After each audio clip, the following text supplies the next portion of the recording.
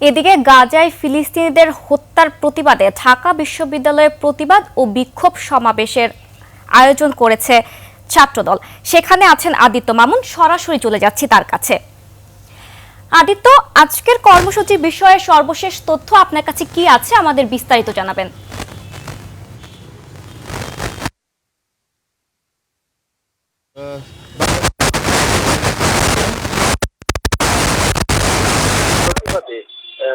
এই বিক্ষোভ সমাবেশ তারা ডেকেছে, তখন শিক্ষা প্রতিষ্ঠানে মূলত এই কর্মসূচিটি দেওয়া হয়েছে।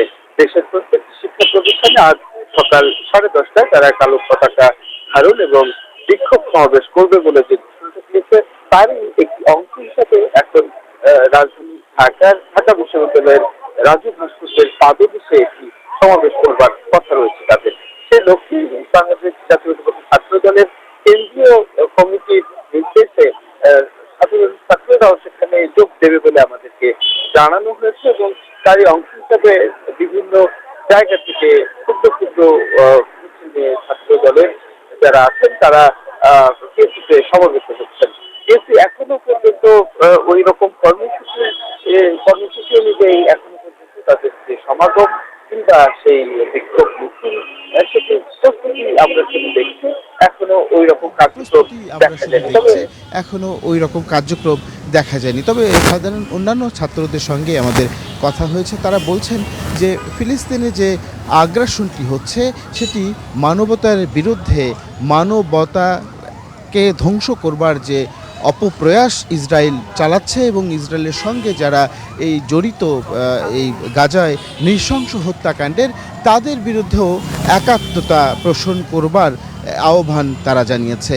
একই সঙ্গে যেন ইসরায়েল ফিলিস্তিন থেকে সরে আসে এবং যুদ্ধ অবস্থার ভেতর যে প্রাণহানি ঘটেছে, আর্থিক ক্ষয়ক্ষতি হয়েছে, মানসিক বিপর্যস্ত যে ফিলিস্তিন সহ মুসলিম উম্মার যে মানুষ যারা আছেন, যারা ফিলিস্তিনকে হৃদয় দিয়ে ধারণ করেন, এরকম যে সত্তাগুলি আছে, তারাও আসলে চাইছেন যে তাদেরও মানসিক ক্ষতি হয়েছে, সেই ক্ষতিটা তো পূরণ, কিংবা আর্থিক ক্ষতিপূরণ, কিংবা ইসরায়েল থেকে ফিলিস্তিন থেকে ইসরায়েলের সরে আসাটাকেও তারা আসলে দাবি জানাচ্ছেন। তো এই একটি কর্মসূচি থেকে এখন তারা হয়তোবা এরকমই ঘোষণা দেবেন। তবে বেলা 12টায় এই টিএসসিতে রাজু ভাস্কর্যের পাদদেশে কেন্দ্রীয় ছাত্র দলের এই আয়োজনে যোগ দেবেন বিএনপির স্থায়ী কমিটির সিনিয়র নেতৃবৃন্দ।